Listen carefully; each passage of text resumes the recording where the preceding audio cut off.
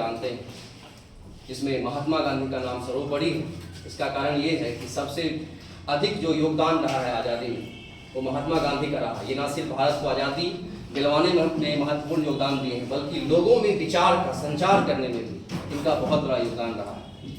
आज़ादी के बाद भी देखते हैं कि हमारे देश में कई ऐसे जो विभूषित लोग रहे हैं, जो विद्वान लोग रहे हैं, जिसमें आपको सर्वपल्ली राधाकृष्णन, APJ अब्दुल कलाम, इन्होंने अपना जो पद है उस पद से सुशोभित होने के बजाय एक शिक्षक के रूप में याद किया जाना अपने आप को बहुत गौरवान्वित महसूस करने के लिए लोगों से कहा था कि हम शिक्षक के रूप में याद किए जाएं, जिससे क्या होगा कि पूरा समाज जो है शिक्षक के इस गौरव गाथा को जान सकेगा, समझ सकेगा। तो ऐसी स्थिति में क्या होता है कि हमारे यहाँ के जो शिक्षक रहे हैं, इन्होंने क्रांतिकारी विचारों को लोगों में संचार करने के लिए जो कार्य किए हैं उसका ही परिणाम है कि आज हम लोग 77 वर्ष पूरा कर चुके हैं अपने आज़ादी का, और हम उम्मीद करते हैं कि बहुत जल्द हमारा देश एक चमकता हुआ सितारा भी बनेगा। आप लोग बच्चे क्लास में यहाँ पे अलग अलग जनरल स्टडी के विषय को पढ़ते हैं, उसमें अर्थव्यवस्था में आप लोग पढ़े होंगे इस चीज़ को कि भारत का जो अर्थव्यवस्था का साइज है वो लगातार बढ़ते जा रहा है।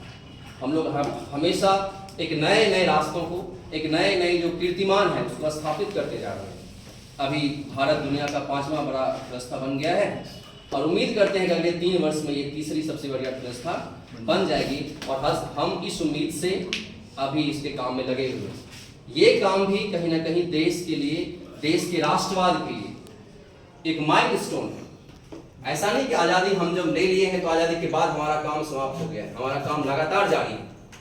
हमारे सामने आज भी कई समस्याएं हैं और कई कीर्तिमान स्थापित तो हम कर ही रहे हैं। उन समस्याओं को हम लोग दूर करते हुए नए नए अवसर की तलाश कर रहे हैं और देश को आगे बढ़ाने के हम लोग प्रयास करते जा रहे हैं।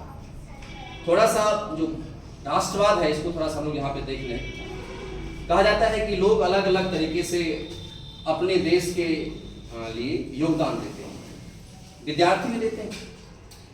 जरूरी नहीं कि एक सैनिक जो है वो हमारे लिए पहरा देते हैं बॉर्डर पे, उनका ही राष्ट्रवाद है, वो तो करते हैं, बहुत बड़ा काम करते हैं जिनकी वजह से हम सुरक्षित हैं।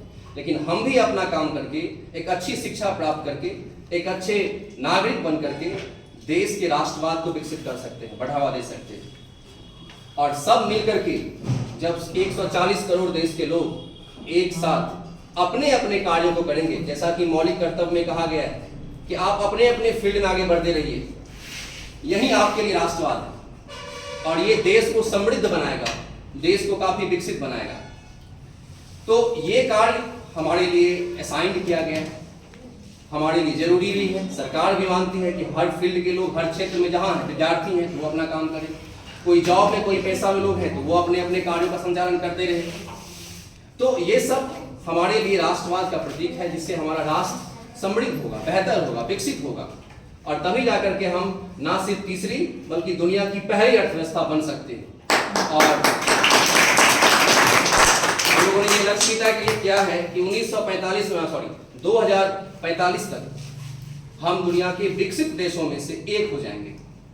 हमारा भी अपना एक ओहदा होगा और भारत का भी अपना एक पहचान होगा विश्व स्तर पर, जो आज भी बन रहा है। और अगर यही प्रक्रिया बढ़ती रही तो काफी आगे जाना है हमें, और काफी आगे जाने में हम सब का बहुत बड़ा योगदान है। इसमें शिक्षा का योगदान बहुत बड़ा हो सकता है, जो शिक्षा की ज्योति जला करके लोगों में शिक्षा का जो अध्ययन है, जो शिक्षा का प्रसार है, उसको बढ़ाएंगे। देश में शिक्षा का स्तर, साक्षरता का स्तर बढ़ेगा और देश हमारा विकसित होगा।